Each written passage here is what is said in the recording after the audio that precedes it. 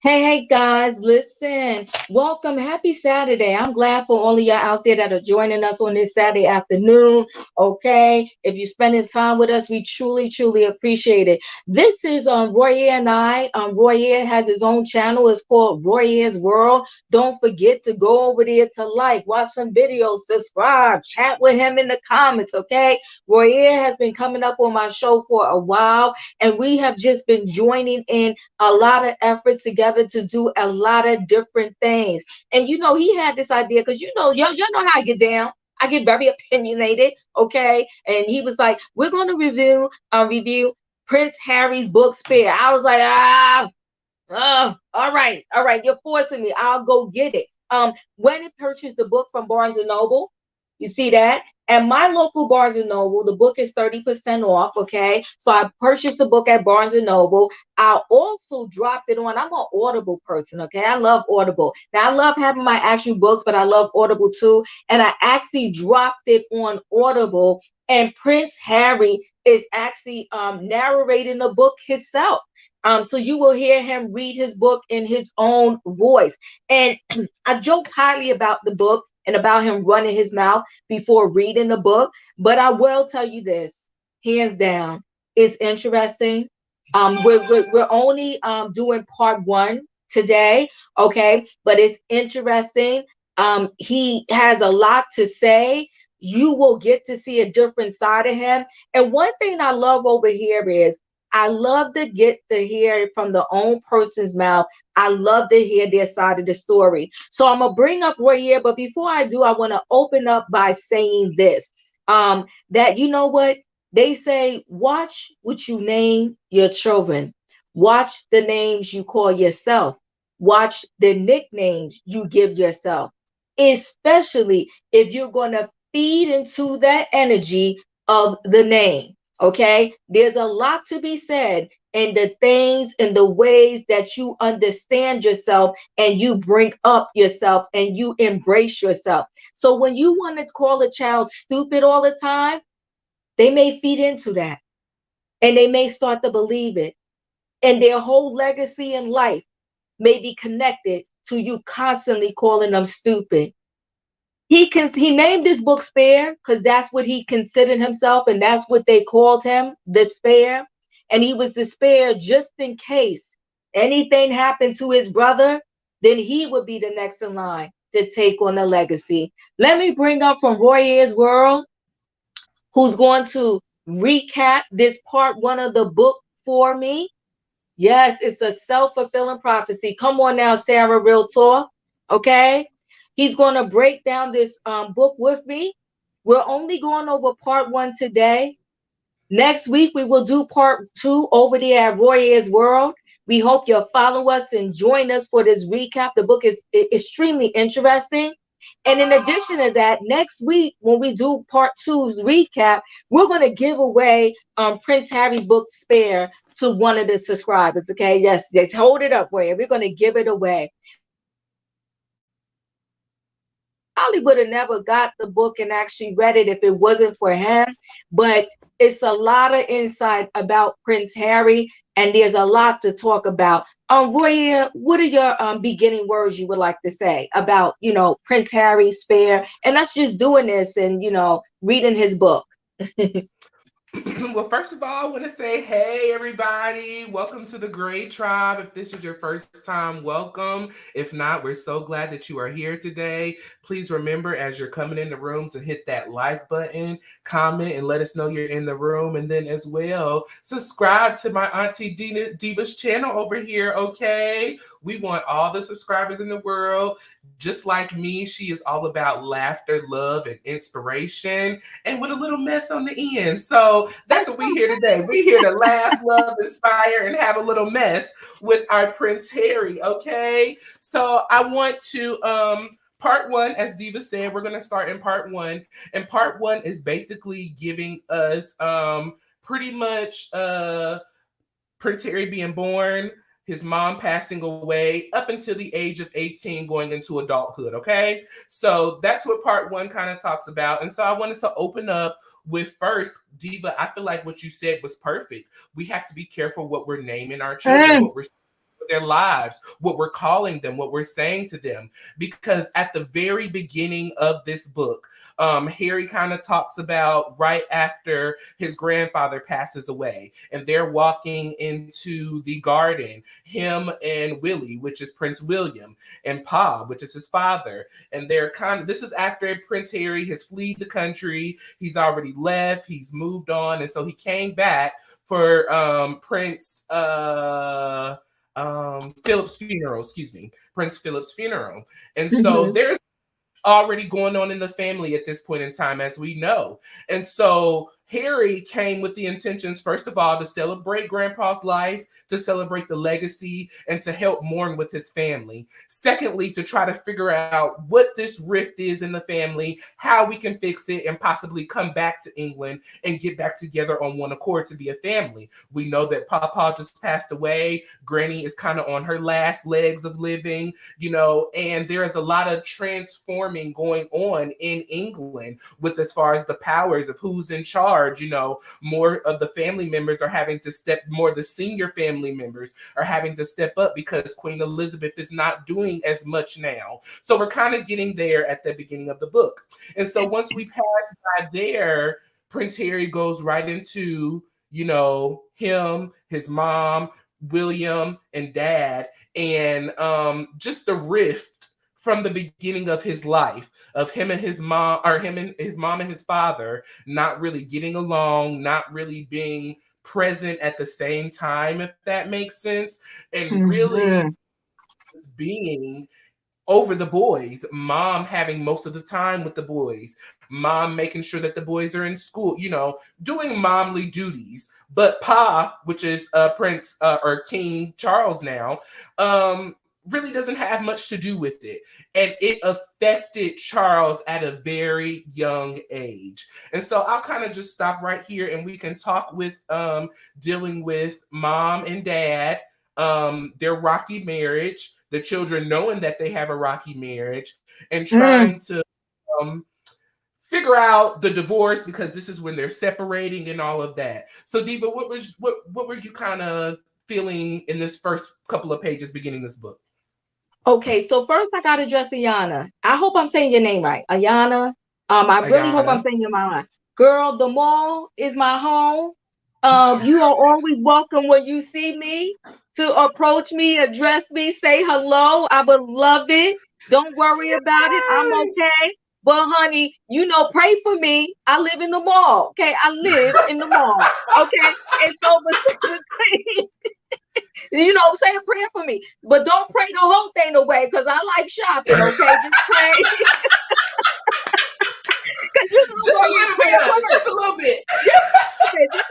Because you know, prayer works. We ain't got to pray that whole thing away, just a little bit. And you know, so yes, don't worry, guys. If y'all see me and y'all like me now, if you don't like me, y'all keep it moving. Don't be coming out pressuring me now. But if you like me, come by, say hello. I would love to meet y'all and see y'all. And I really thank y'all all for being here. And that's for sure. And actually, that's where I got my book from. The Menlo Park Mall has a Barnes and Noble where I live. It's a big one. I'm glad it didn't close because so many bookstores are closing. And I just love walking around bookstores. I don't know what it is. I always been that way. And I used to love the library when I was growing up. So anyway, what did I think about this first couple pages? I mean, this first few pages, it was a lot. It gives you a lot of insight. It gives you a lot of insight as to, you know, who he is and why he is the way he is, right? You know, so you find this out by reading this book. And I think that a lot of what we know about Harry, a lot of what we know about Meghan is all from the negative stories that are being put out there about them. And that happens with people many times, right? You only get to know them if you don't know them for real, by the images and the likenesses of what is put out there about him. So you're getting to see who he really is and why he became who he became because of everything that, you know, he has went through, right? And so in the beginning, you know, something that kind of struck me is so many good gems in here. That's why we're encouraging y'all to read along with us, right? So in the beginning, he talked about how the home they lived in has 50 bedrooms. Mm-hmm. 50 bedrooms. So that in and of itself tells you how it can create a lot of distance between his family and just having that love and those hugs. I mean, you're living in a place with 50 bedrooms. Sometimes in my little 2 bedroom humble abode here, me and my son, miss each other. I gotta call his name all the time. Like, yo, come here, come speak to your mother, come give your mother a hug, because that can happen. But imagine in 50 bedrooms. He felt slighted, I think, from the day he was pretty much born. And because Yeah. he also talked about how one of the bedrooms was kind of split in half, Mm-hmm. for his brother and the other Mm-hmm. side for him. And he talks Yeah. about how he felt that his brother's bedroom was more luxurious than his. Mm-hmm. So from the very beginning, he felt like the underdog, so to speak. He felt like despair.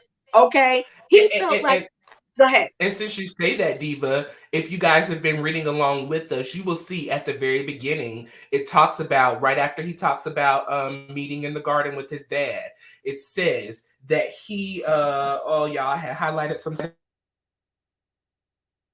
Roya, you went, Roya, we can't hear you.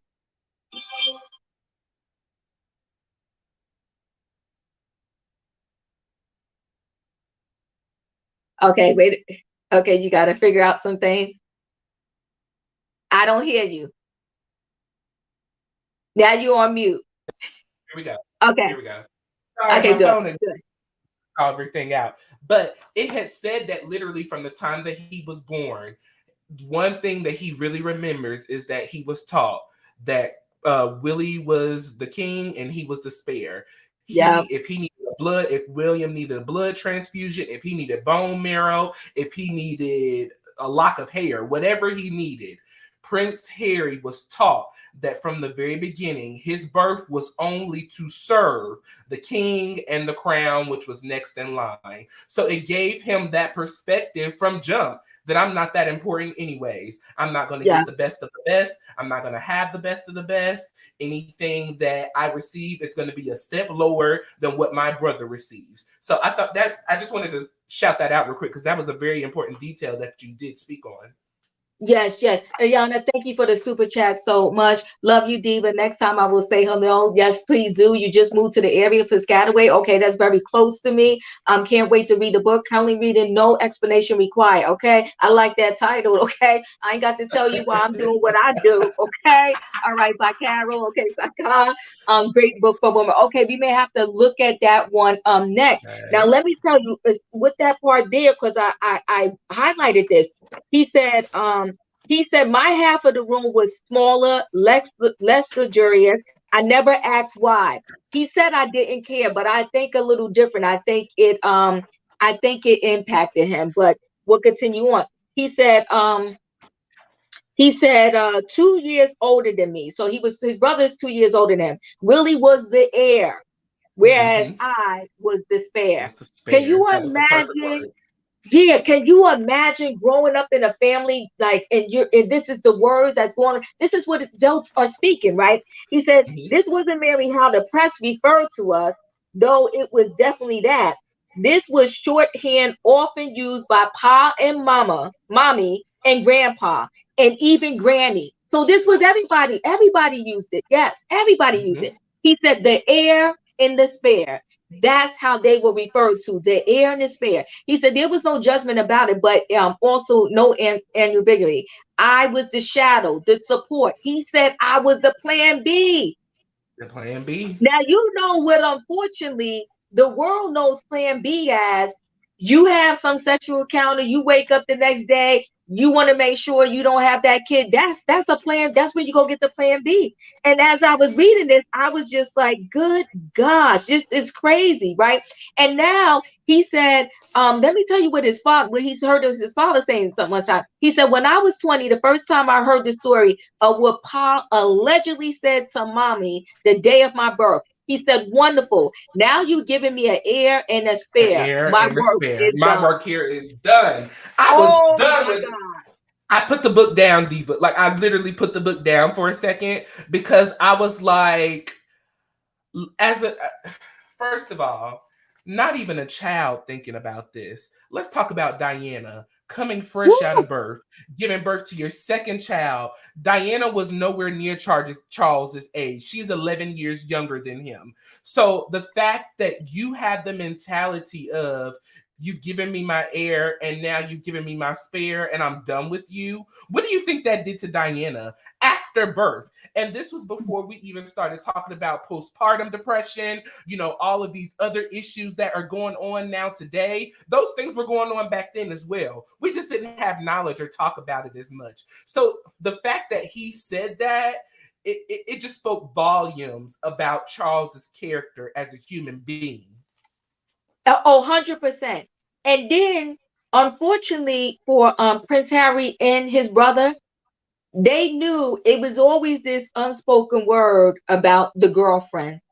And we all know Mm, who the girlfriend is his daddy's wife mm. right now. Hello. And she was a piece of work and played a lot into where his mental health is today. And, just to get an understanding of like how he was. I mean, it's just so much in this book. And that's why we really encourage y'all to read it, because there's just so many dynamics and so many unfolding pieces to it. And you wake up and you can understand, okay, I see who he is today and why he is this way. What is the next Yes. little item you want to bring up? Because it was so much stuff in here It was so that we much could talk stuff. about. The next little item I want to bring up now is the passing of Princess Diana, because Ooh. that's kind of where we go into next once we kind of confirm that he is the spare and that really his, birth was based upon being support for the king and the future heir of England. So we roll into down Princess Diana was in Paris away visiting a friend, and so the boys were back at Buckingham Palace.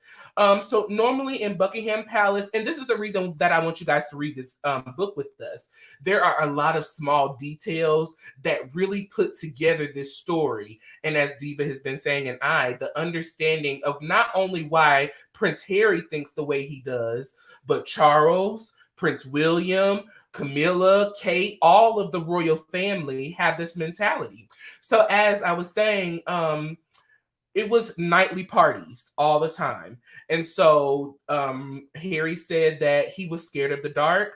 Pa would come up, wish him good night. Mom would come up, wish him good night. And that was just his regular routine. So he had a very, as far as going to bed, a regular childhood memory of coming to be tucked in. They were still having parties. Some nights him and William would have dinners. They would sneak over the balcony to hear about what was going on downstairs. By then, mom and dad were separated. So Princess Diana wasn't really around much. They were on that kind of parenting. You're here one month with dad, you're here the next month with mom. Unfortunately, because they were heirs to the throne, they didn't spend as much time with mom because mom had went off and kind of started doing her own thing, trying to get away from the family. And so Prince Harry just always remember being able to talk to his mom, having that relationship with his mom, just a very positive, uplifting relationship from what he speaks on with his mother. Now, he said he doesn't have a lot of memory of that time because he was so young.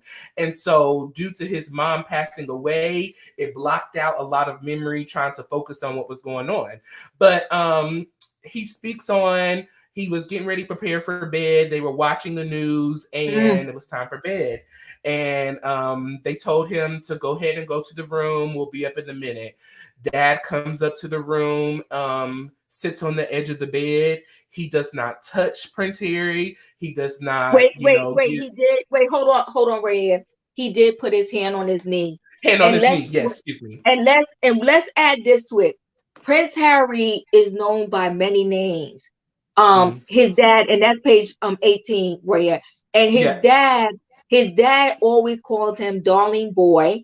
Darling boy. He was referred to, Shan, you got to get the book. He was referred to as the spare in the media, right, so to speak.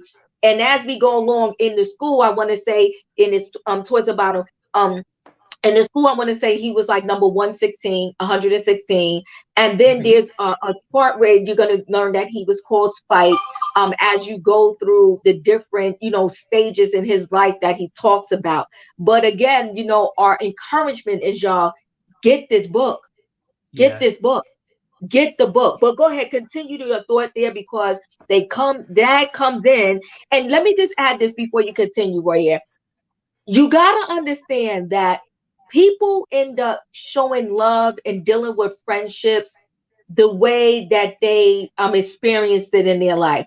Normally, if you got a person in your life that's huggy, kissy, Philly, and that's who you grow up with, you're probably going to turn out to be this person that loves the hug, kiss, feel, or whatever because that's what you grew up with, right?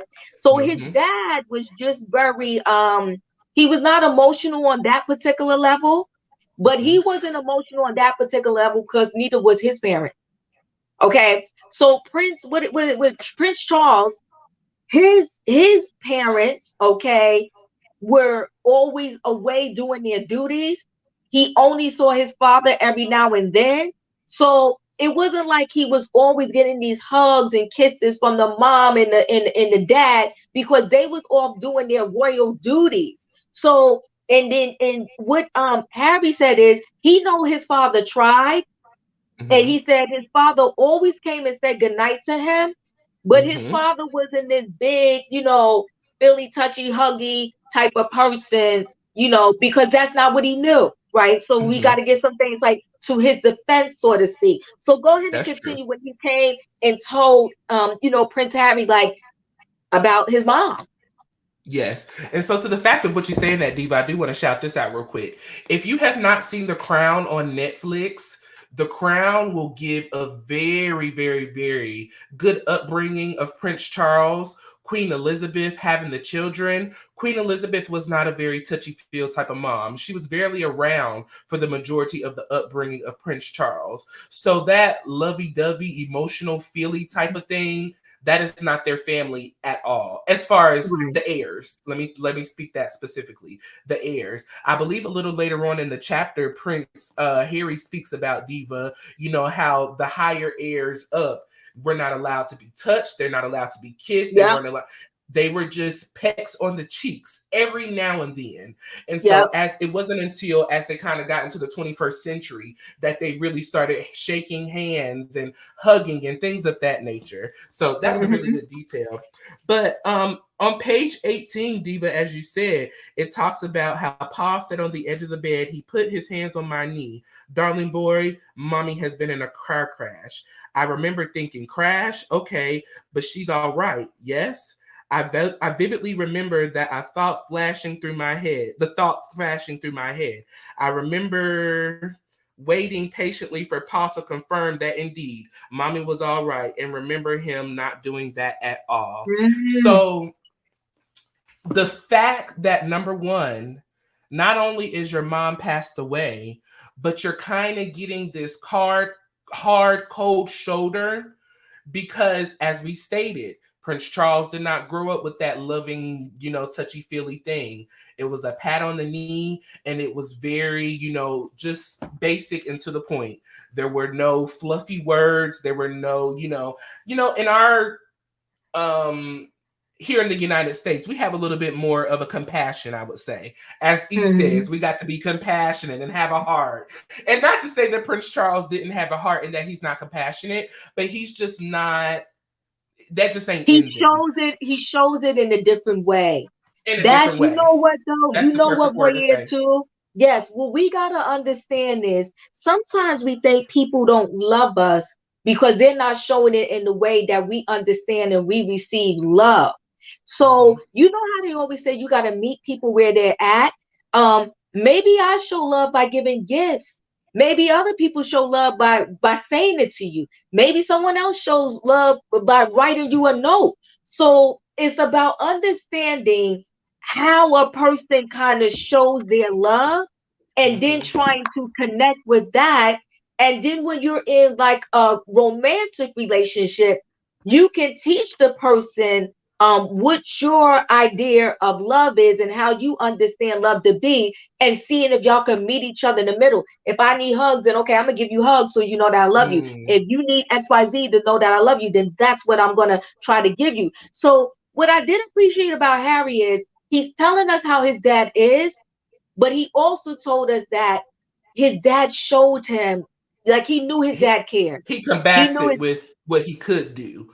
He Yeah, yeah, combats it. So he may have missed out on this, but he was able to do this, and this for me. yeah. And that is a great point, Diva, because everybody, as we talked about, everybody's love language is not the same. They don't show love the same way. Everybody has very different views of how they express their love. And so this was the best way that Prince Charles knew how to express his love. So later on in that finishing of that page, he talks about, and this is really kind of where, in my opinion, Prince Harry's really mental breakdown begins to happen, because he Yes. then begins to deny in his mind, okay, mom is not dead. She would never do this to me. But the paparazzi was always after her, so I can totally see it. But mom would never leave us hanging like this. She always said that she would always be here for us. But mom did want to get away, and she didn't want to be in the royal family anymore. But he went with this literally struggle back and forth. She's here, but she's not here. She's here, but she's not here. And so then we really begin to see the breakdown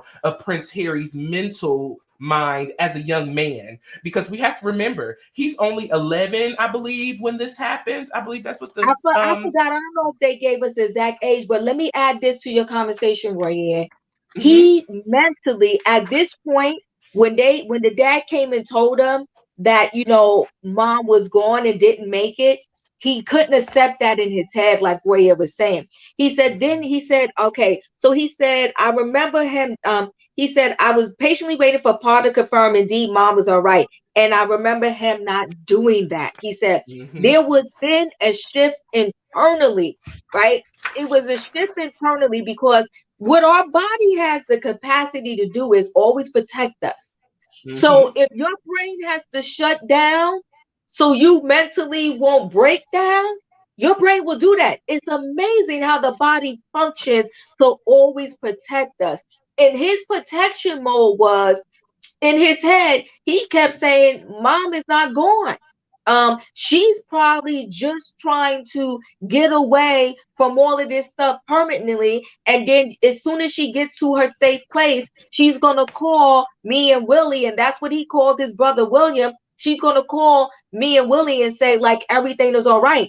And he consistently, even as he was growing up throughout the years, kept throwing this thing back and forth in his head that mom mhm. was still alive, that she was Yeah. still here. It was so crazy. And then let me just say what how Paul ended up finishing this off.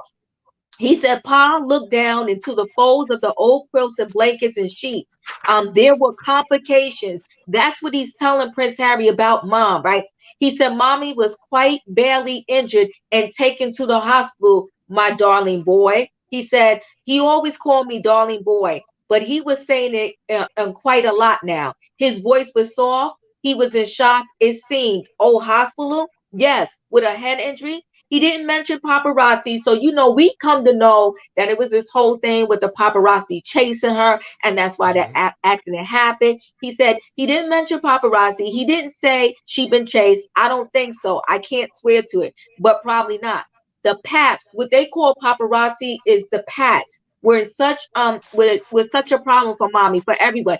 It didn't need to be said. He said, but either way, at the end of the day, his father ended up telling him, he said, mommy's gone. And he said, what I do remember with the startling clarity is he didn't shed not one tear. At mhm. that moment, when his dad told him, Mommy is gone, he didn't shed a tear. He didn't even deal with his grief. I personally think, and we'll talk about it more, Roya, as we go along. I personally think to this day, he hasn't dealt with the grief of his mother dying. Mm-mm. Right. So But go you ahead, know Roya. what? Yeah, go ahead. I highlighted that and Okay. like multiple times, because Mm-hmm. that struck me that as a child, to lose your Wow. mom and to have no physical, emotional feelings behind it, it just Yep. goes to show how far back that he had already been trained mentally not to Yeah. have emotions behind anything whatsoever. And Yeah. so he says that whole night he remembers. After that, Pa wished him a good night. he left the door cracked because Harry did not like sleeping in the dark. So he did leave the Oh door wait, cracked. and yeah, hold on, Roy. Yeah, that was another way that his dad always cared for him, right? So he Mm-hmm. was showing love in different ways. His dad Yes. will always come say, tuck him in, say goodnight to him. And he said somehow the door was always cracked because his dad Always. knew that he didn't like the dark. So Yes. that's showing you his dad loved him. He loved him the best way he knew how. He knew how. I, as you go on, I want to also add this right here that he also knew that his dad went to his brother's room and told his brother first Mm-hmm. that mom is Yes. gone. Yes. That's That another connection of him being despair. despair. You get to Yes. know last that your mother is gone.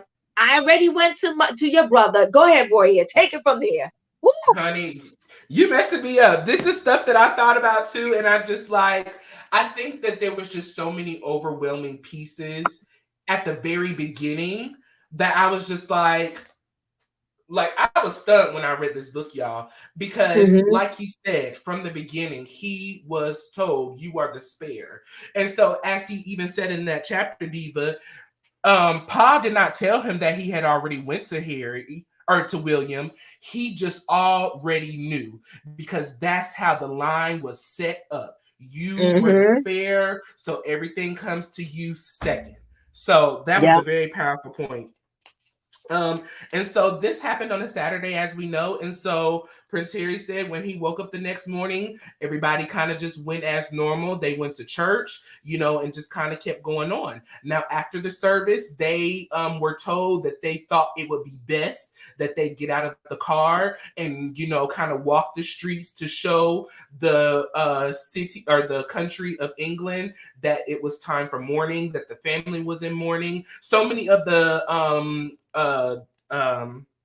people that live in England had already been showing their support for Princess Diana, and they honestly felt that the royal family wasn't doing enough to show that they, had lost such a major part of, the firm. And so it was advised to them to get out of the car and walk. And so Prince Harry says right here on page 20 in chapter 4, he remembers getting out of the car, and as he walked, the press was flashing their cameras. I reached out for my father's hand for comfort, then cursed myself because that gestured off it gestured off the clicks by the camera. And it gave attention that he wasn't looking for. So pretty Mm-hmm. much the royal family is never supposed to do anything to draw attention that will cause them to think that they're emotional, that they're not strong, that they're, dealing with they're supposed to keep this straight face and show that they are the royal family. And when Prince Harry reached out for his father's hand as they were walking along, down greeting the Commonwealth, I hate to say it like that, but the Mm-hmm. commoners, he realized I made a mistake. I messed up. I shouldn't have reached out to Pa. Now everybody is going to have these pictures, and this media is going to have this referentation that dad doesn't support me, or that something is. It was just always him in his head trying to remember what he couldn't do. And then when he did do what he couldn't do, remembering that now this is going to be the downfall of something that I shouldn't have done. I thought that was just a Yeah. very big detail, important for me as well. Yeah. Let me add this. So there was some people, that when you're of the royal family, even when you're a celebrity, people make decisions for you to determine what they want the public to see and how you should handle these situations, right? And you kind of get roped into it, and you don't get the opportunity to say, okay, is this going to be right, wrong, or indifferent? So there was this decision made that the boys should walk behind the casket as it was rolling down the street. And so then somebody said, well, wait a minute, you're going to have the boys walk down the street? And then they said, well, Prince Harry, they and felt that was too was young. that was Yeah, Princess Diana's brother, their uncle, who did not want them walking down the street behind their mother's casket. He felt they were yeah, too young, they couldn't handle it, and it was inappropriate. Sorry to cut you yes, off. he did. No, no, it's so you okay. And so So then they decided at some point, like, okay, wait a minute, then we have to have the heir and not the spare. Okay, and literally they do that. They said this is their words. Leave the younger one out of it. Spare the Mm-hmm. spare. That's what they Mm-hmm. said. That Spare is what the they spare. said. I'm like, good God, this is crazy. Okay. The alternate plan was send up the chain. So this was a whole discussion as to was this going to happen or not. And then the answer came back is that it must be both princes to garner sympathy. So they was worried about again the image, what was going to be put out there, what was going to be said about this war. But what Prince Harry said is though he would have never wanted his brother to walk alone anyway. And he said he's sure if it was flipped, his brother wouldn't want him to walk alone either. So these two growing up, despite where their relationship may be now and where they ended up, these two as brothers, they loved each other. Now Mm-hmm. we'll well get to the point where we tell how Prince William, according to Prince Harry, because we're getting one side, right? We're getting one side. Prince Harry, tells how Prince William eventually kind of wanted to like not have nothing to do with him, wanted to separate from him, so to speak. But I feel like Prince Harry was always, the sympathetic one, the emotional one. Prince Harry connected largely to his mother. He just had this, and he embraced his mother, and especially for anybody to lose their mother at such a young age, it's a lot to lose a Right. parent at such a young age. But the decision came down that they both was going to work together. But go ahead, Roy. And I think the reasoning, to me, in my opinion, that he has that connection with his mom so much is because he is his mom. If you think about it, as we said earlier, Prince William was the heir, and Harry was the spare. And so, being the heir, you got better education, you got more travels, you got more things because you had to be set up to be prepared to run a country. Whereas the spare didn't get as much teaching, didn't get as much travel, didn't spend as much time doing royal things. And so he got to spend more time with Princess Diana. So that kind of gives a barrier of kind of why that relationship kind of teeter-tottered, and why, in my opinion, Harry lands so much on the side of his mom, because he was kind of treated like his mom. His mom was the Yeah, spare. She wasn't yeah. important. She was just supposedly the future queen that really the royal family didn't, well, Charles didn't want. So Just yeah, that. terrible. So just terrible. So his first breakdown about his mother passing is when they was at the place where they was putting her down in like the burying her, like Final burial place. the family burial place, and it was kind of sad. He was like at that moment he just kind of like he just broke down. He just broke down and he wept and he couldn't start crying, but at the same time he felt bad that he was showing those emotions because he knew he has the burden of his, yes, the cemetery, thank you. He has the burden of his family values and the way they see that you're supposed to handle things in public, and his own feelings as a kid. Like, but literally he broke down at that point. But I know many people that they hold themselves together in funerals, and it's like almost like once that casket goes in, like the hole that's 6 feet under, like it's final. It's final. Like for Mhm. real. Okay, they're That's gone. it. I have, as an adult, kind of, I don't know if I'm using the right word where you pretend, but I almost kind of pretend like the person's not going either, because it just helps my soul not be so broken and hurt, right? I do not Right. like to see people in their casket. I will go and pay my respects and I will go look, but I really don't like to see that last image of them, because then that's the image that stays in my head. And 9 times out of 10, that image is not what they look like. I don't care how good the funeral home does. It's not dumb. I just It's don't not the like to see same. it. Yeah. Yeah, it's not And the yeah, go same. ahead. I think for me, Diva,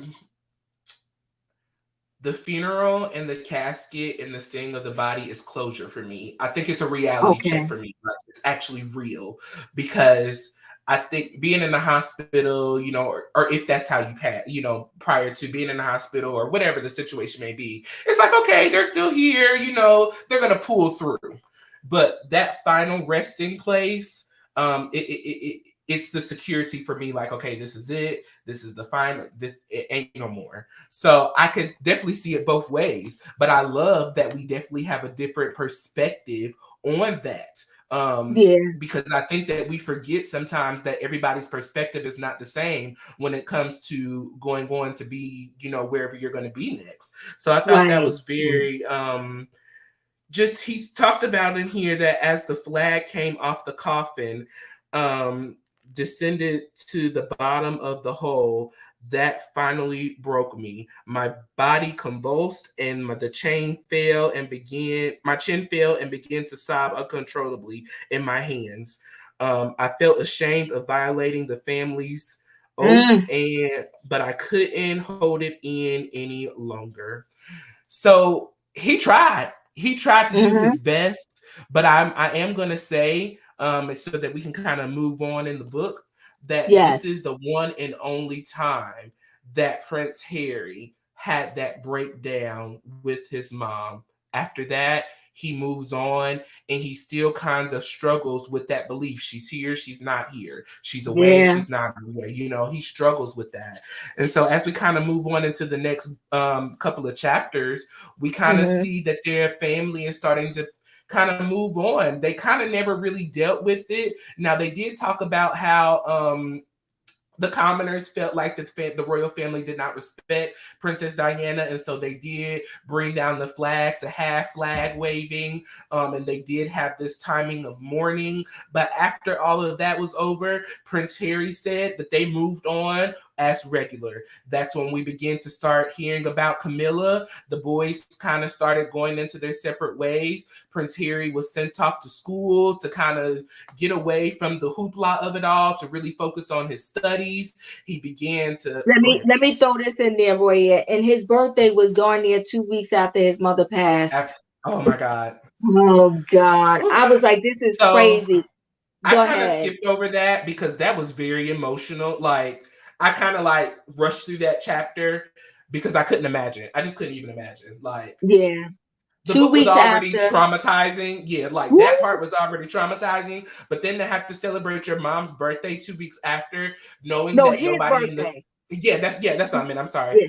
To Yeah. be Huh. celebrating his birthday 2 weeks after his mom passing, knowing in his mind and being there that the family kind of rushed through this. They didn't celebrate Diana. They didn't really make it a big hoopla. It was like, your mom's gone. We're gonna do what we got to do, and we're gonna press forward. So yeah, that And was let me that was throw rough. this in there too, Roy. So we can add this to help people build the story. The press, the pops, as they were calling the paparazzi, it dragged down his dad's approval rating because they Mm-hmm. all was blaming Diana's death on him.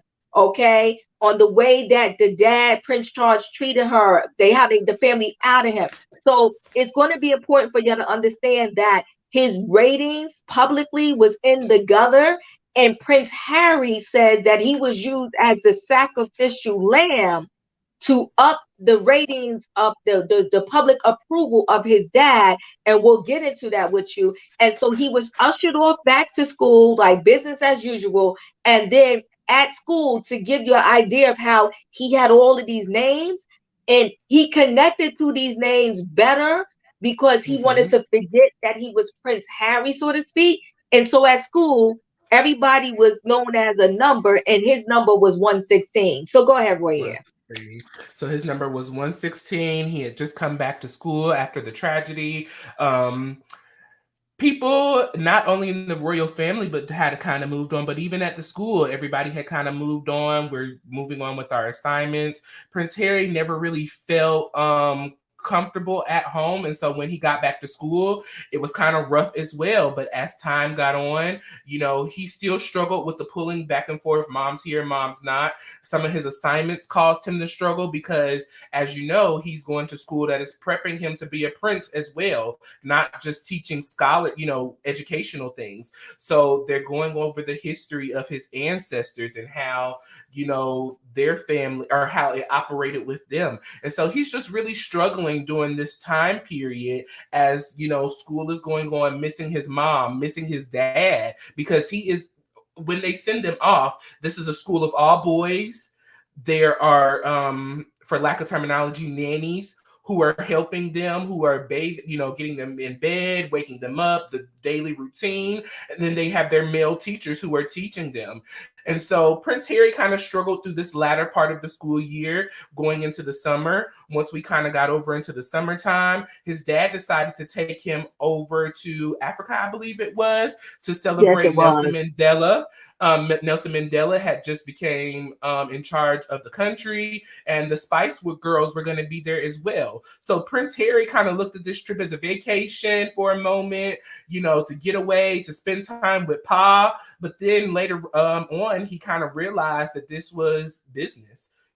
We got to make Pa look good. And so being with the Spice Girls and photographing with President Mandela, this will shoot his ratings through the roof. And so that's where we kind of really get into him and Pa's relationship. So Diva, I'm not really a book reviewer, so I kind of help you guide me on through this chapter. We're gonna do this together. We're doing I'm learning together with you all. Yes, you are. And Yana, you know what? I'm sorry for your loss. I think, listen, our parents could be 200, and I think it's still heart-wrenching. It's like, it's crazy. It's, loss. And somebody wrote in the chat earlier, grief is a tricky thing, right?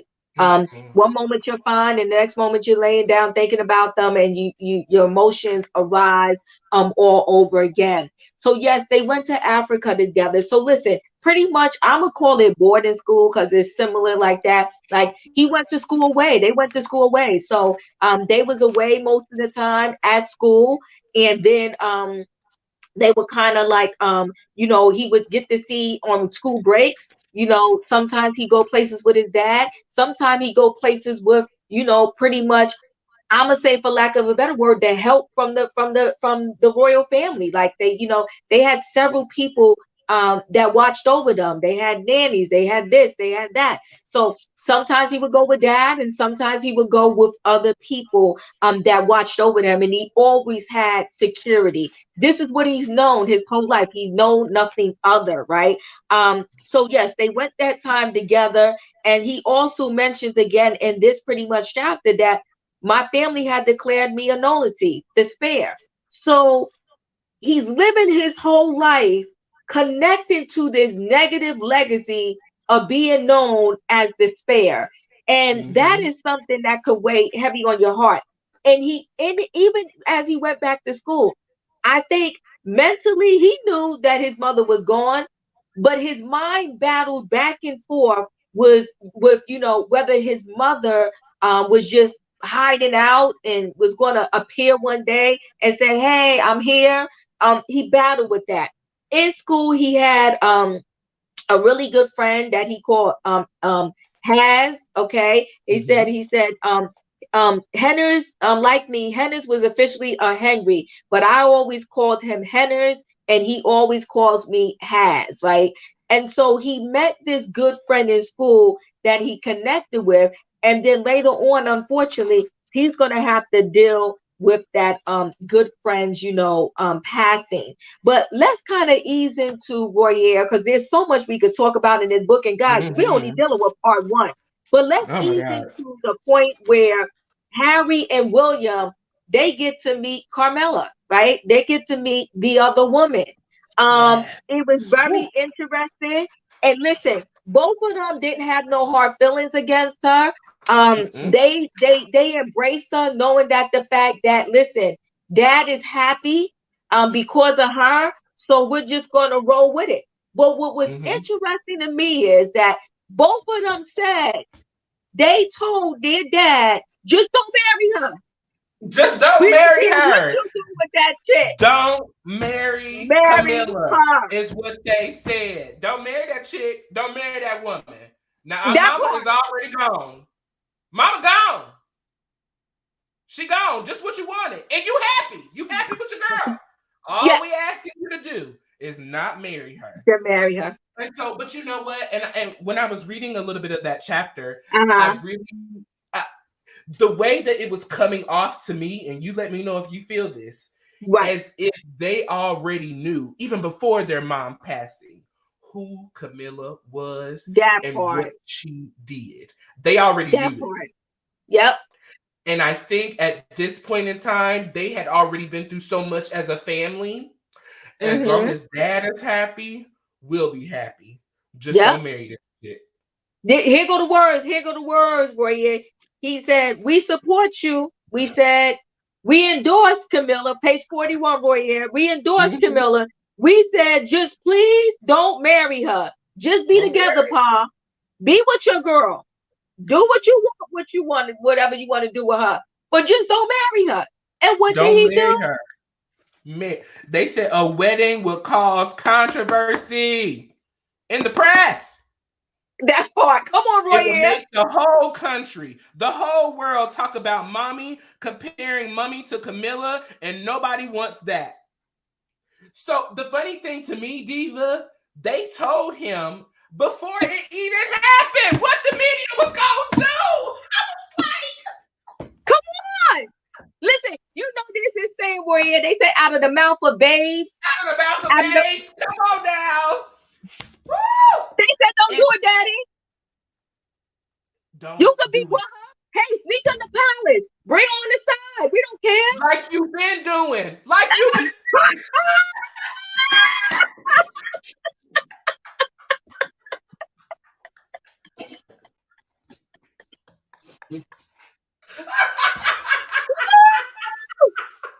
Oh Continue my with God. the again. Like you've been doing. And I think that's what it was for them. They already knew what was going on. So continue what you're doing anyways. Just do not marry Camilla. Their only one wish. And as they said, the reasoning that they wanted, or this is how I'll take the reasoning behind it, is because they did not want people comparing their mother to Camilla. People Mm, already knew what was going on between Charles and Camilla. It wasn't a secret. And it so it would wasn't have no made secret. them look worse. You were already trying to pull your image together as Prince Charles. So then you're going to turn around and marry the woman that you was fooling with? Yeah. That They part. made that That request. part. They sure But made that request. they don't. They don't. They get yeah. So stories begin to appear everywhere in all the papers about the private conversation with Willie. Stories that contain pinpoint, accurate details, none of which had come from Willie. Of course, they could only have been leaked by one other person present, and the leaking had obviously been abetted by the new spin doctor. Camilla had talked Paul into hiring. Okay. Mm, mm, mm. So what he's saying is that, you know what, guys, don't beat me down. We gotta talk real here, right, Roy? What he's Let's saying go. is Camilla a little snake. She a little snake. What he was saying is Camilla is doing what she been doing this whole entire Woo! time. So don't open up the can of worms that's already cracked open. Mm, mm, mm, mm. And let me tell you something. Once again, why couldn't the dad bring both of them? Camilla's messy. I'm trying to tell you. Why couldn't the dad bring both of them together to meet Camilla? No, of course. William met her first. So that's putting the boys against each other indirectly, also, right? William met Already. her first, came back and told Harry she cool, she all right, whatever, right? And then that's when Prince Harry met her afterwards. He said, "I don't even Mm-hmm. really remember what we talked about, but you know what?" He said, "I was glad that she respected me. I respected her. And we told Pa, don't marry her. Don't marry this trick. The reason why our mother," and listen, indirectly, he's saying she the reason why our mother ain't here. Because if you was never messing with her, that point, That's you what I never took from it. broke up with our mom, she wouldn't have We been wouldn't out even there, be Harry. here. That part. That And you part. know what, Diva? And I just thought that it was even more disrespectful to the kids. Not only Yeah. have we lost our mom, not only have we lost the only thing, as far as Harry, the only thing that I know other than just being the spare, I have lost the person that I connect most with. If you look at pictures and things like that, you can see that Harry and Princess Diana, I mean, they were 2 and 1, literally. Yeah. Even today, when I look at Harry, I see Princess Diana's beauty. I see her class. I just see the small little details about her in him specifically. It's amazing. So as we kind Yeah. of roll into the next chapter, Harry, Okay. he is graduating. So we're in 1998 now. Harry has graduated from Loughgrove and is going to Eden. Now, Eden is the school where Prince William is at now, and so they have been lodged into the same school. And so Prince William told Harry from the very beginning of getting ready to come to Eden, "You don't know me. Mm, We ain't. We don't do this here. Anything mm, that goes on at home stays at home, and mm, whatever goes on here stays here. When you get to the school," he said, Willie told me to pretend I don't know him. This is on page mm. 42. Come on He said now, to talk himself, about it. "What? You don't know me, Harold. I don't know you. For the last 2 years," he explained, "Eden has been his sanctuary. No kid bothered tagging along, protesting, pestering him with questions, pushing up on his social circle, or any of those things." And so he just Willie wanted Prince Harry to come. You be you, I'll be me. We don't know each other. Ain't that And some so mess for you? ain't that some Ain't, mess? ain't Because that he some was mess? looking for someone that he knew to gravitate towards, anyways. We're coming to a new school. We're learning new things. I don't know Without his nobody. best friend. Without his With best friend and with my mom already gone. that, what? Okay, and now my brother's here. He should be ushering me in, telling the people to do right by me, treat me right, and all that. And my brother saying, "I don't know you. I don't know you. Come Shut in, your mouth." go to your floor of the school, mind your business, and don't look for me.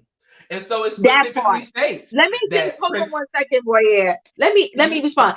I think I hope I'm pronouncing this right. Is it Aon? But I'll say Ann. And I get it, right? A lot of people, if from Britain or whatever, they're feeling like his book is foolery, right? They're feeling like he's shaming the family. They're feeling like, why did he write this? Why did he do this? Could we all, for 1 minute, just open our minds and say to ourselves, you know what? Maybe it's foolery. Maybe it's crazy. Maybe he's wrong for doing this. But we heard one side. We know one side. Can you now open your mind and say, you know what? Let me at least read it, see if I connect to some pieces before we make the whole judgment.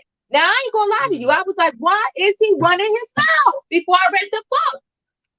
But as I'm reading it, I'm getting to see some other stuff. Go ahead, Roya, because you want to say something. Yes, well, in kind of co-sign what you're saying, I think it is very unfair that the royal family has been allowed to use the media to their advantage and what they want to do. So at one point in time, does Harry get to do, use what he wants to use to his advantage? Because to me, there have been a lot of articles that the palace has confirmed that makes Harry and Meghan look bad. So it's okay for you to make me look bad, but when I put the mirror back on you, Talk about it. Your own brother. Let me tell you, me and my siblings, with the exception of my brother, there's a 10-year gap, right? He's the youngest. But me and my older two sisters, we're like stair steps. So when my oldest sister was leaving the school, I was coming in, but my sister in the middle was there too. And the thing is, I got a lot of respect because of my sisters. And the daughter, the teacher be like, "Oh, so and so's your sister? Yeah, that's my mm, sister. Okay, mm. respect me. That's my Look, sister. like Okay, we was all talking right." about, use that favoritism to advantage, okay?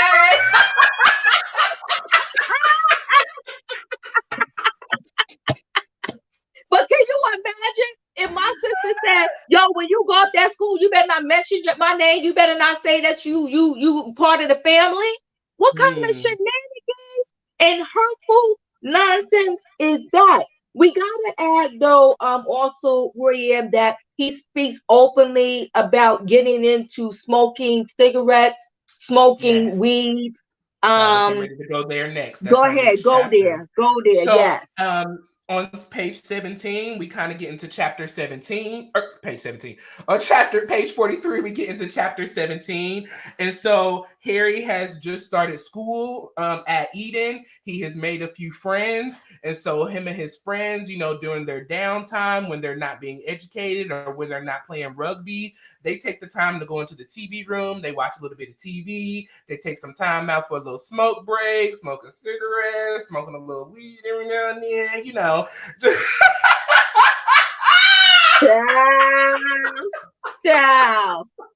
And I believe even was there some drinking involved in as well? Was that there, or was that a little later on in the book? They did it all. Y'all, they did it all. Had so much going on at such a young age. But I think, Diva, what I also really adore about this book and through the stages of Prince Harry's life is that he always had friends that kind of followed him as he transferred into different realms of life. He always had friends that were there for him that kind of helped pick up the burden of losing his mom and not having that supportive family that he possibly he should have had. And so I do like that even though they were kind of getting into, not so good things, that the friends, they played rugby, they, educated together, they learned together, they read, they just did things together that may have gotten them in a little bit of trouble, but it was that supportive system that Harry needed. Because as we said, William wasn't trying to be in his circle. William wasn't trying to mentor him or help him do anything. And so it talks about even later on in that chapter, how his friends got together and they decided to shave his head off. He runs upstairs to William. And so William kind of cackles about it under his breath and says to Harry, what did you do? You can't grow it back. It is what it is. Move on, let it go. So there was really never any support that here on up. There were people who could have given the support, and they did give it. It just wasn't in the manner that he needed at that time. Well, when you go to your brother when something devastating has happened and your brother laughing with the other people and telling you to get over it, that's messy, right? And then the headlines was brutal to him way before Meghan came. So it gives you an understanding of how the brutality just was connected to Meghan, because it wasn't just about Meghan. It was about the fact that they were treating him like that his whole existence out there. Exactly. Because they say even in this chapter, they talk about in this chapter how somehow it got to the news reporters and that they reported, they made a picture on the internet making it seem like he shaved his whole head off and was looking so bad, when that really wasn't the case. He did look bad, but he wasn't completely bald. He also broke his thumb playing rugby, and that got out to the media, and they made it seem like that he was getting ready to darn near die, X off. So it's just consistent. So that consistent barrage and just being painfully brutal to him as he was growing up. So the headline with the shaving of the head, they said Harry the skinhead. And it's like a game of telephone voyeur. I don't know if you ever played this growing up, but they used to play it in school. When I was there, you whisper something in somebody's ear, then you whisper. By the time you get to the end, it was a whole nother story. And we never got the proof. Never. It was always something added, something taken out, or the story was completely different. Completely different. And when I was growing up, that's how they taught us about rumors and how, like, you can't always believe what you hear. They would play the telephone game and said, the teacher would start out like, I went to the store, got an apple. Then you got to whisper to the next person. Next thing you know, the teacher was at the store getting an apple. She done met somebody. Now the teacher was kissing somebody. By the time it get to the end, it was a whole scandal. And everybody would crack up in the room. Everybody would crack up. And so he was just treated so badly and depressed from the very beginning.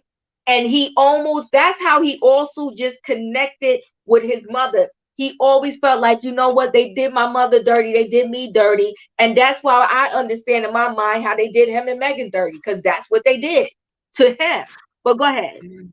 But he also talks about later on in that chapter how he was struggling in school. And so all of Commonwealth knew about that because they was already putting his business out in the media. So everybody across the Commonwealth knew that he was struggling at Eden, that, there were kind of rumors getting out that he was smoking and doing things that he shouldn't have done.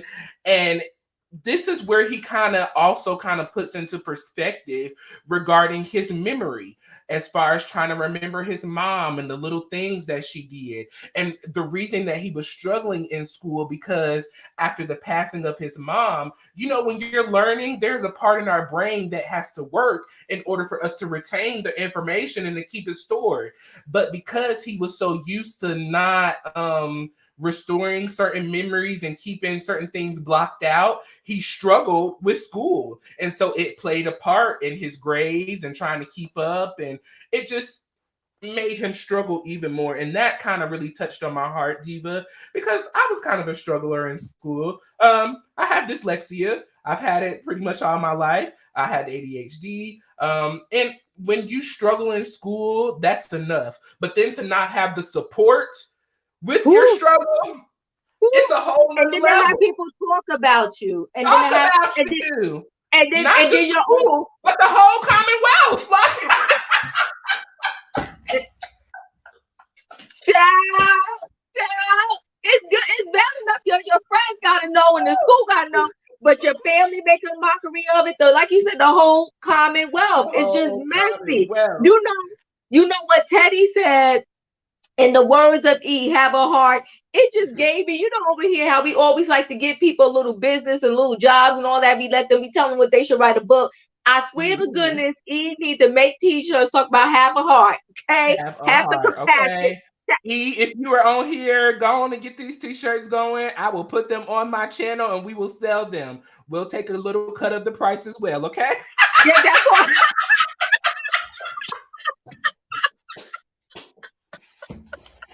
We would like our cut of the proceeds. Thank you. For giving you a tip, okay?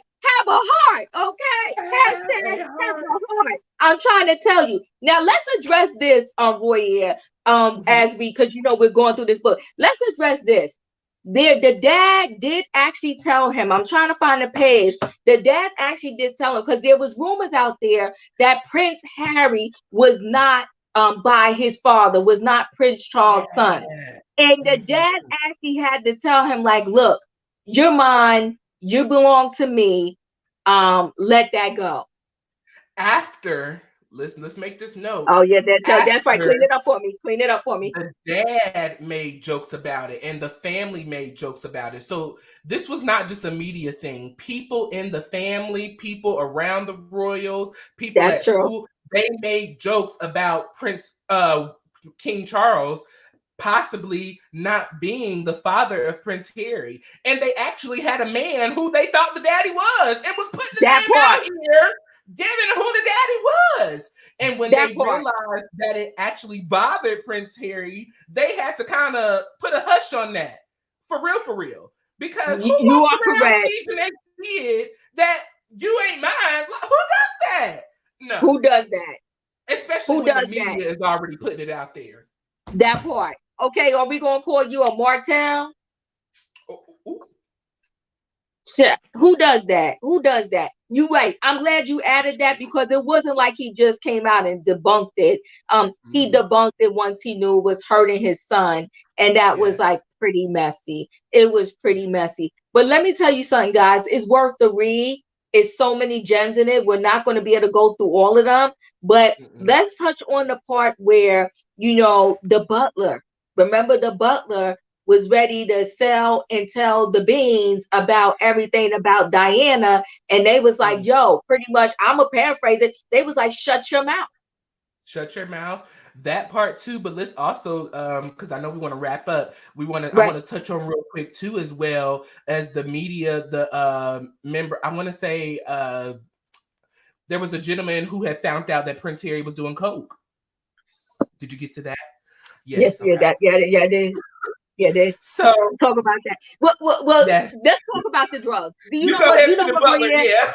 Yeah. Before we get to the butler, you are correct. Let's talk about the drugs. Now, see, here's the thing. Here's the situation. We're gonna call this sex, drugs, and royalty. That part, because we gotta talk about the woman, we gotta talk about when he lost his virginity. I mean, we gotta talk. So to talk about that, right? Every time he was approached about being on drugs or taking drugs or whatever, he denied it. He Mm-hmm. denied, right? And he said he felt bad about denying. Um, what do I want to say about this? See, here's the thing where they can people can drag him and get muddy waters, right? So they could say, well, you did not tell the truth about that. You did not tell the truth about that. So why should we believe, other things that you are saying, about, you understand what I'm trying to say? Like, why should we believe everything else that you're saying if you're clearly telling us when they ask you about the drugs, you lied?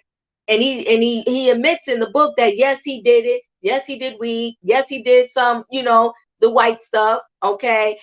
He admits to all that. So I'm that girl. You said I lost my mom in 2020 and my dad in 2021. Oh, my condolences, like back to back. They were married Yes. 64 years. What a blessing. Wow. That's 64 beautiful. years, right? When my dad passed, I shut down completely. And I understand, right? Could not communicate with anyone. Losing them so closely affected me badly. I'm that girl. Thank you for sharing. And that's what people got to understand, that grief can really paralyze you. It can Yes. really paralyze you. but and And I want again, to I say don't to want to I'm go that ahead. girl. I'm sorry. I want to say to I'm that girl. You know what? It is okay that you kind of lost yourself for a second. I want to take the stigmatism off of grief, that just because you lose yourself for a second doesn't mean that anything is wrong. Sometimes Hmm. you have to lose yourself to find yourself. And when you are experiencing loss like that, you are losing a part of you. And so you have to find another part of you that can help push you on to continue to go forward. So who was that? I'm that girl. Thank you so much for that. That was Yeah, thanks for I love that sharing. comment. Thanks for sharing. Yes. So what I also do want to say though about grief, and I'm sorry, Ray, if you between that, you know, all of us, right? We know that our time here is limited. Um, we gotta come, and one day we got to go. And it's always hard for us to let anybody go, no matter if it's tragic, no matter if it's, we knew it was coming, no matter if they're 200, we'll be like, oh my God, I can't believe they're gone. But I like to look at things as, we gotta have we're human, we gotta have our emotions, our grief. But I always like to look at it as, to me, they're in a good place. Mm-hmm. um their body is gone, but their spirit has risen. They're at But peace. that is my belief. And I believe that they're angels that get to surround us now and get to look over us on a regular basis. And Yes. that's just how I feel. And it always disheartens us and it hurts us. But I always like to tell people too that I know your family member would not want you to be sad every day. Um, they will want you to live on, move on, and just, hold their memory up in a good way. But they will want you to move on and kind of be happy. So I do know, yes, so everyone, yes, sorry. There's definitely sorry for your loss. And that's really hard back to back. Yeah, it's really hard back to back. Yes. But you know what? Your parents left behind a great legacy. 64 years. Woo! God Listen, bless them. that's a God bless them. blessing. And and you know what, William, we need more of that. I'm so sick of now this freedom of everybody just sleeping with everybody just running around doing all of this craziness. We're Yeah. losing the value of family. When you Yes. lose the value of family, you lose this ability to have that connection of love, of just life, of just, Mhm. all of that great traditions and stuff like that. And then when you don't have that, you have these people out in the world that are lost and that are taking out all of their hurt and pain on innocent people for no darn reason, going in and blowing people up and powing them and all of that. But I don't want to go off the deep end here. Go back to what we calling this? Sex, drugs, and royalty, or something like that. Royalty. Yes, Yes. So Talk listen. about it. Per Terry was down at the school, y'all, doing drugs, smoking a little bit of weed, doing a little every now and then, and was drinking. Now we are in 2001, I believe, at this time, at this portion of the book. And so then thank you, just simply. And so then we get to talking about his first sexual experience. Wait, Sarah Real Talk named it for us, Roya. This is good, right? Sex, drugs, and rock and royals. Come on. Yes!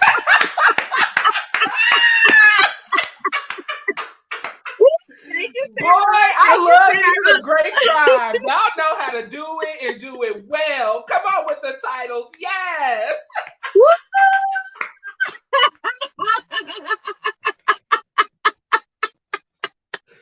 Y'all have taken me out. Yes. That part right there. That part right there, okay? That part right there. Oh my We gosh. love it. We love yes, it. That's yes. the title. That's the book, honey. Honey, because he was behind in that yard rocking. But anyway, go ahead. It's Saturday afternoon, Roya. We ain't gonna take this to no night day. Go ahead now. What you want to talk about? We're not gonna do it. Yeah. We're not gonna do it. This is in 2000. We are 16, 17, I believe, when he was talking about this. It may have been, it may have been a little bit younger, but I want to say between 14 and 17. We'll say between 14 and 17. And his first experience was interesting, in my opinion, to say the least. Did you have comments? Older woman. Yeah. I ain't mad at well, I am, but I ain't. But go ahead. Yeah. Well, I'm not, and I am. For me, when he talked about this, in my opinion, it did not seem like a first time experience for him. I feel that way too. So I do feel like he's telling us what he want to tell us. Yes. We not fooled, Harry. We not fooled. Not at all. Okay. Sir. We not fooled. We know you got to write the book and talk about your mess, but not tell it all, because you want to make sure your mess focus on the right people. But go ahead. That part right there. That part right there, okay? and you know what, just in general, I feel like me, you know what? I'm never going to talk to my son's friends. Like, that's just nasty and messy. You understand what I'm saying? Yeah. I don't even care when the friend turned 18. Yo, when you walk through these doors right here, I'm Miss Diva. You don't be calling me by my first name. Okay, you're going to show some respect. You ain't going to get out of line and out of pocket. Okay? I'm this kid's mom. You don't talk to me. No, we're not doing that up in here. So I think that, go ahead. Go ahead. No, you go ahead. What I was going to say is, I think that when an older woman or even an older man gets with somebody younger, I just don't like it in general. I just don't. I really don't. To me, you're still in their innocence. To me, you have more experience than they have. Let them get with somebody their age. I don't like it. I hate it. I think it's messy. I just don't like it. Whether vice versa, either way that it goes. And especially if you know that they're a virgin. A virgin. And it made me feel like, as well, that this may have been set up. You know what? I gotta go back and look at it. You're probably right. I can get with that. I can get with that. Because what I gather of this book and this family, it's all about hurrying it up and growing up and doing what we need you to do to make us look good. That part. So he was a sacrificial lamb. He was. We got to speed up your lifespan so that we can teach you what you need to know ASAP.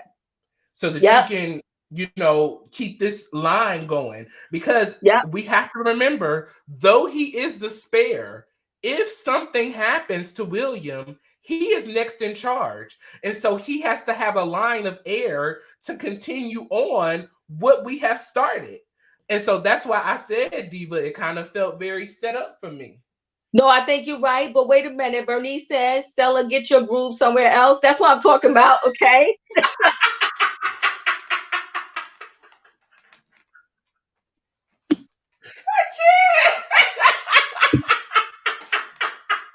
That part. That part. That I part. love y'all over here, boy. Wait, listen. Miss A. Allie said, "Who done boozy on him?" That doesn't see. And wait. Listen, I'm that girl. Listen, it's every now and then. It's every now and then. And guess what? I'm getting it plain. That's why I still have it. Because if it had more stuff in it, like my sweetener and all that, I would have been stuck this whole thing up. Girl, bye. It's in there plain. It's in there plain. But and listen, I lost 5 pounds. We'll talk about that later. But yeah. They said, listen, well, yeah, they said you might be on to something. I think you are on to something. You hit the nail on the head. You Yeah. peep that. I mean, I if you think you're guys right. really read the details of this book, number one, if you kind of, because when you're reading, in my opinion, with this book specifically, you kind of got to read in between the lines too. Because Yes. as I said, he wants to give the tea, but we don't want to get the tea on ourselves too much. We want to keep the story focused on who we're trying to out. And so I had to kind of read between the lines a little bit and really kind of determine, okay, this is, what he was talking about. This is what he was trying to give us.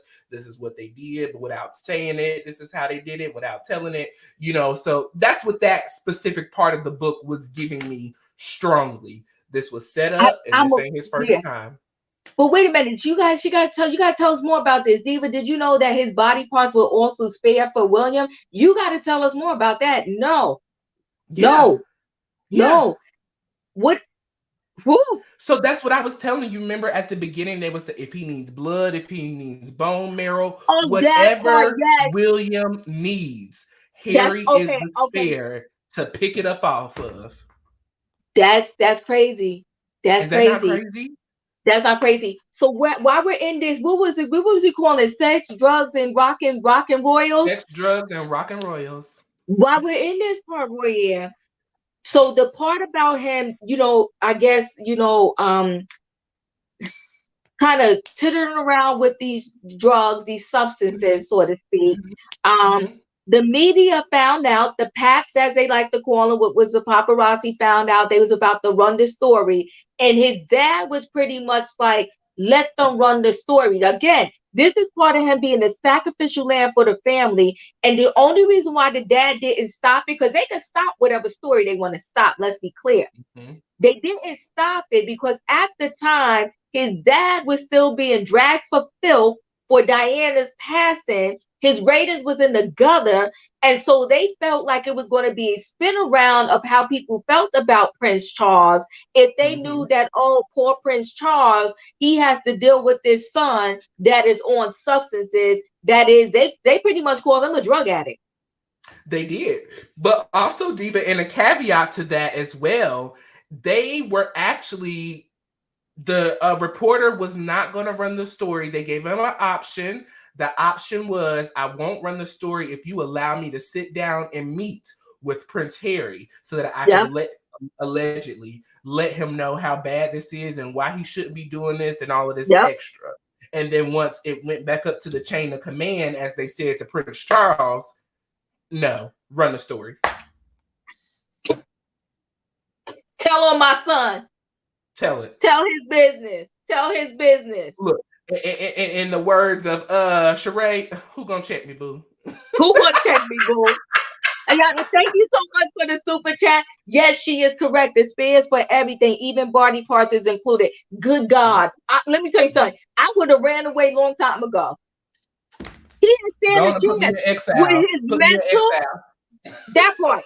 With his mental, his physical, and everything. And then in addition to that, he lost his mom. He didn't stand a chance. We can't judge him so harshly. But you know what? Yes. I loved when he very smallly touched on Princess Anne and touched on his grandmother and how once he really kind of got to know his great grandmother, that they had that bonding relationship.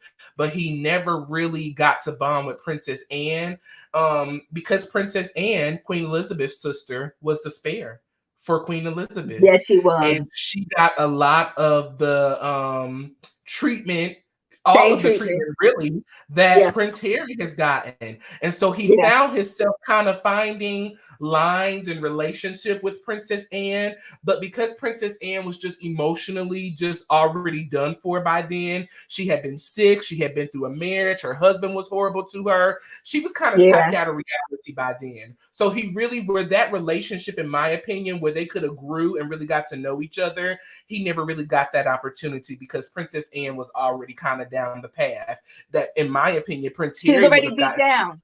had he not done this. Had Harry not done this, though, he would be right on that same path, following right behind her. I'm agreeing with you. I'm agreeing with you. Because I'm agreeing with you. Meghan would have left him for sure. She wasn't up for all of that princess waving the hand and all of that stuff. She would have left him, and if he was not in the set that he was in, he would have stayed right behind and fell behind with Princess Anne. Because really, that's what happened with Princess Anne. Her husband didn't want to be a part of the royal family anymore. He had moved on, was sleeping with somebody else, and left her stuck there to hang. Yeah, wait, the EB said it. Yeah, I agree with you. I agree with you. She said, LOL, that's not how it works. If William needed a transplant. They wasn't gonna bust Harry's chest open and take his heart out. She said, I don't think the royals would sacrifice Harry for his heart. No, they wouldn't. They wouldn't. But you know what? So? You know what, EB? You don't think so? Listen, no, they was gonna bust his heart open and take out his heart. They was gonna bust that heart open, take the other one out, and leave him on the table and say, "Find another one for the spare whenever you can." You know what? But you know what though? I do believe though that, you know, if it's anything that was close to not taking his breath, they would have taken it from Harry to give to William. Because I think they're very serious about, you know, he's the heir. He's the one. Because they believe in the monarch, right? Mm-hmm. And they believe by any means, you know, the monarch must go on, okay? The person who's going to reign B has to be sacrificed for everything.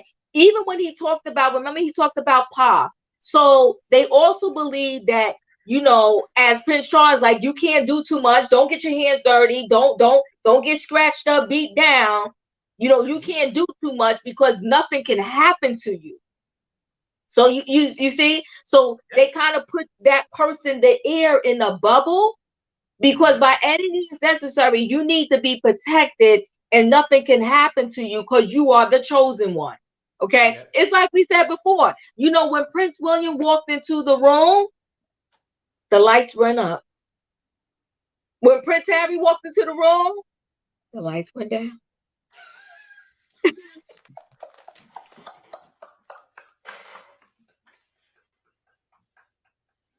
Diva, let's get out of here. I'm not doing this with you today. We got to close this thing out. But wait, we got to close it out, Royer, with how the butler wanted to kind of tell the mom's story and how they had to shut that thing down, which was just dreadful. It was like she considered that butler a friend. And the worst thing ever, because listen, Royer, your friends know all your business. Let's be clear. Let's be clear. And that's why I said not just a friend. She considered him one of her best friends. Not just a friend, but a confidant. She really considered him a confidant. And they touch on this story in The Crown. So if you're interested in getting a little bit deeper into this, I will go on to season 5 of The Crown. That's when we bring in Princess Diana and they really kind of start talking about How many seasons is it, Royer, if I'm going to go engage? We're on season 5. I believe they're getting ready to start season 6 recording now. And so season 6 is going to actually touch on the passing of Princess Diana, because where we left off in season 5 is the divorce, them separating and really going their separate ways. So season 6 will bring us into the 21st century, get, you know, the passing of Diana, the passing of Queen Mother, the passing of the Queen's sister, and just kind of transforming it into the new generation. Got it. Yeah, you remember that? Do you remember that Eddie Murphy movie, The Golden Child? Yes. Yeah, that's Prince William. That's listen, boy, I can't fool with you because we'll be on here all night. We ain't got time. All day. Okay. Yeah, listen. Oh my God. I But yes, can't. for your confidant, for your best friend to be willing so gutter low to be willing to profit it off of your passing, you're trash. You're trash. And Yes. I remember when he was coming out ready to say that, and he was saying all of this salacious stuff. He pissed me off because I'm always have a heart, so to speak, for when children are involved. Mhm. You know, she had children. Shut your mouth. Shut All the your way. mouth. Everything that happened before she passed is nobody's business if they don't already know. Don't do And you that. know what had kind of pissed me off even more about it, Diva? It wasn't like the royal family was being generous on her character, anyways. They was So not. they were not. So then the fact that you're gonna turn around and be even more disrespectful of her character and try to bring her down and make her, put all of her business out here and just make her seem to be this person that she really was not. Princess Diana was beautiful inside and out. And has she had a husband there to support her, love her, and care for her the way that she really loved, supported, and cared for Charles, we wouldn't even be in this mess. We wouldn't be in this mess. We wouldn't be in this mess at all. And, At and all. to So hell with the butler, excuse my French, but that part right there. That part because he right pissed there. me off. He Listen, really pissed me before we close out, Warrior, anything else about part one that you want to talk about? off. You know what I was really honestly surprised about, and maybe just What? because of her position, he really didn't talk much about the queen. And Because he loved in her. He loved her, yes. And if you kind of read the history on the royal family and their growing up, she was really a major part of their growing. Yep. In my opinion, she was more of a mother to them than she was to Charles. And I Yeah, she think that was. is why they struggle as the boys with their father, because Queen Elizabeth provided for them that loving, nourishment that they needed, but she did not provide that for Charles. And so he always had that side kind of look at them and her, because it was, if you may, a kind of a jealousy spot for him. When I needed you and when I needed that from you, you couldn't provide that to me, but now you can provide it to my kids. Yeah, it's rough. It, But it's rough, but you know what? Let's address this, and I will say this, Evie. I do agree with you, right? Even though Harry will never be the king, he still is an incredibly, come on, we gotta acknowledge this, an incredibly privileged life. It's unfortunate that he can't appreciate that. Now, I do connect to that 100%. He doesn't get that piece of his life, and he also doesn't understand, because he thinks that this is just isolated to him being in the royal family, that everything he went through, it pretty much goes on in thousands and thousands and thousands of families. And to yeah, that point, where I would say about Queen Elizabeth, there are a lot of grandmothers in the projects, in the suburbs, in the whatever, the most richest neighborhoods, that they do differently by their grandchildren. And I think it's primary because, one, they learned their lesson, and two, maybe they're winding down where all the responsibilities they had when they was raising their kids, they don't have. Some of them are retired now. They're a little more laid back, so they can pour so much more into the grandkids. And it has nothing to do with, I didn't love you. I was busy when I was raising you. I had to work 2 jobs. I had to do this.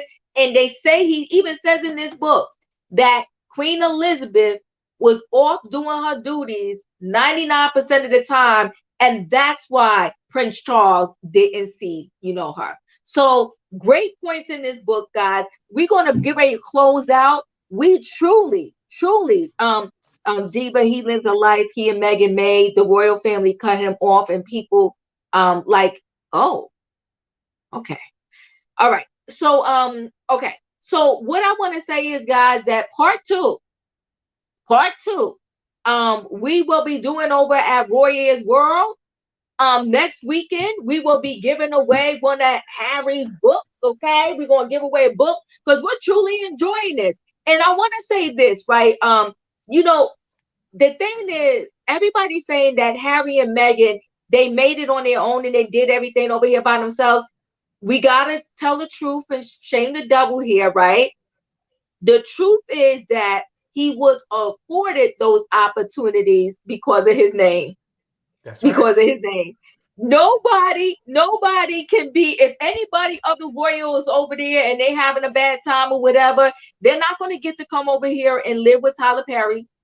Mm-mm. Be at Oprah's house eating brunch. Mm-mm. Getting off the back a $10 or $20 million deal with Netflix.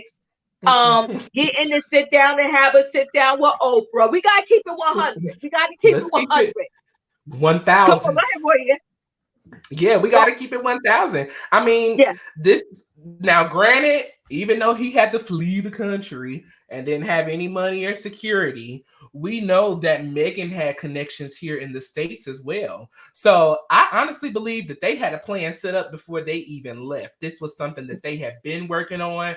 They were ready, because even if you watch that documentary on Netflix, she talked about how Tyler Perry had already reached out to her prior to and given her his number and said, if you ever need anything, give me a call. And so guess what? Sis was in need. I don't think Harry was really in need, but she was in need, because there's a part of me that kind of also feels that Harry wasn't really willing to leave because of the privilege, because of everything that he had. And he knew that it would be snatched from him. So it was honestly, in my opinion, going from one safe couch to another safe couch. She provided the safety net. He fell into it along with her. And right. They're good. And you know what though, Roya, let's be clear. You can fight with your family all day long, but you still love them. You still love him. Yeah. Part of him, and he says that in this book as well. He does say that at the very beginning of this book, is that he loves his family. So I do want to turn off the rhetoric that he hates his family or that he's got this big issue and he don't want to be around them and none of that. He wants to be with his family. He does not want the confusion of the family to continue, but he does love them and wants to bring it back together and hopefully be on one accord again one day. So we're and the hoping for that confusion as he sees it, right? Yes, because everybody tells their story through their eyes. It's the confusion as he sees it. Because we forgot to mention, and then we're going to close out right here. We forgot to mention when he was walking through the garden with his dad and his brother. Both the dad and the brother was like, what? Both the dad and the brother was like, yo, bro, we don't know why you left. We don't know what you're talking about. We don't know what the problem is. We don't see no issue. From what we understand, you picked up, packed your bags, took some of ours, and left. Look, in the words of Tyler Perry, Christina's gone.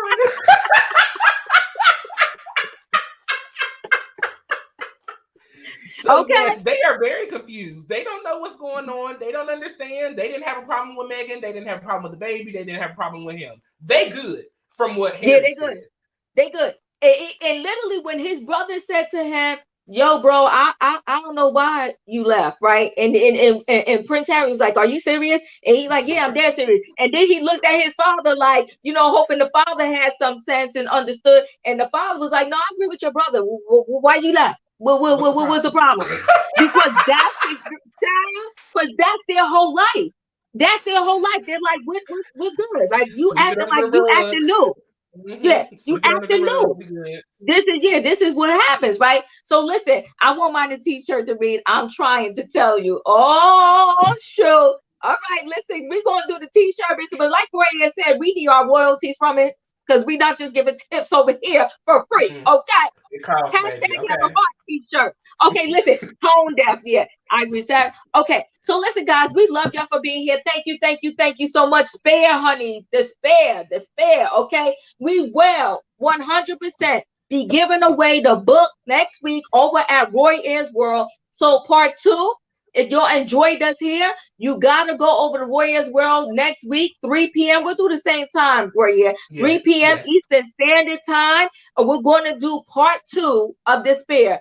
I love so far, and I read part 1, and part 1 goes up to page what here? 116. So 116. So 116 pages, and I am in love. I'm intrigued. I'm enjoying it. Yes, great part 1. See you guys. We love y'all. Don't forget, we'll post up in both of our community pages to remind y'all that next Saturday book club, Prince Harry the Spare. Oh my God. Go ahead, Bria. Before we leave, I just wanted to say thank you, Diva, for allowing me to come over. This was my first book public read. This is my first book club anything. So this was so much fun. I have learned so much. Next week is going to be better, I promise y'all. So thank you for You working with were me today. fine. Y'all, please remember, hit the like button on this video. Please comment down below in the comment section. Please subscribe to the beautiful Gray Haired Diva's channel. We love her over here. Listen, we are live during the week. Monday, we do recaps of Housewives of Potomac. Tuesday, oh, y'all, listen. If you are not watching Love and Marriage DC, you better get Tonight, it you better together. watch it. Tonight, episode 2 tonight. So you need to catch up on first episode because the second episode is leading in from what happened on the first episode. So you need to watch. If you have not watched season 1, you need to go back and watch season 1 because they pick right back up where they picked off on season 1 going into season 2. And then we have trending topics during the weeks as well. So y'all make sure y'all come on over to Auntie Diva's channel. Auntie Diva, we also have a Laugh, Love, and Inspiration YouTube Yes. content tour going on. So if you're a YouTube content creator and you want us to come to your channel and spread some laugh, laughter, and inspiration, you be the host. We're gonna sit back and laugh, love, and inspire with you. Please hit us up in the email Diva, email me. We'll be more than glad to have you. We have Naughty Love coming up this February. We are dropping that date on the 31st of this month. So be on the lookout. We're having a day of love for the month of February, okay? Diva, anything you got going on your channel? Anything else before we go? You know what? That's it right now. We gave enough little details, but listen, we just having fun in these YouTube streets. Thank you, Royer, because of you, I'm reading Spear, honey, and I had changed my mind on Prince Harry. I got a better understanding and some insight into who he really is. Love you guys. See y'all soon. Join the tour. Love, laugh, inspire. We're here for Yes.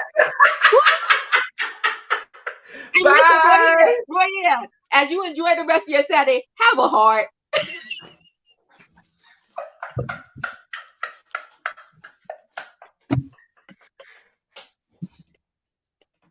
Goodbye, y'all.